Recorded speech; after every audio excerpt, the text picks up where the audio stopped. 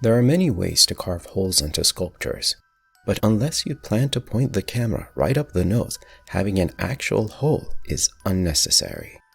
So what I do these days is make use of attributes, or more specifically, vertex attributes.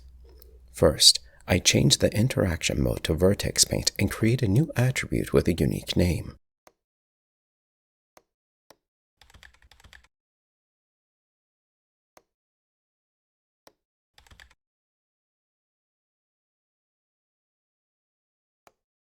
Then I paint over the region where I want the holes.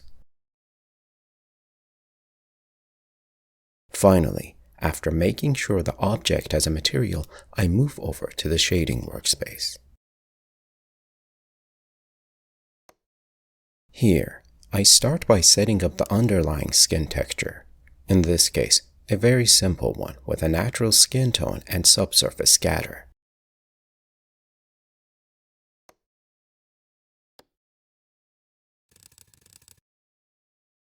Then I bring up the Add menu with Shift A and use the search field to find a node that gives me access to the vertex attribute I just created.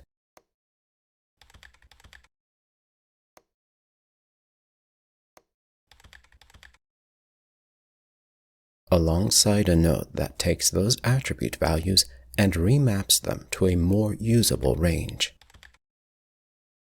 At this point, it's not unreasonable to expect me to finish with a mixed color node that separates the selected region with a darker tone.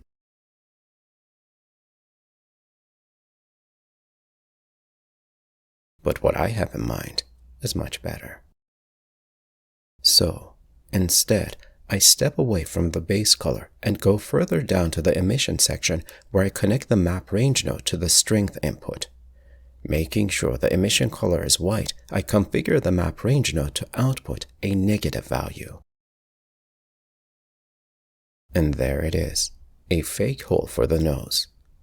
A negative strength value inverts the emission so that the selected region doesn't emit but rather absorbs light.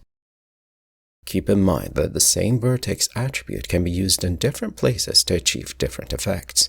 You can use it to separate the lips, to add slits to the eyes, or even create some scary abominations. If you liked this tutorial, you might also like this next one, where I take the time to create a procedurally generated, natural skin texture. Talk to me in the comments. I'm keen to know how you add holes to sculptures. Until next time, take care.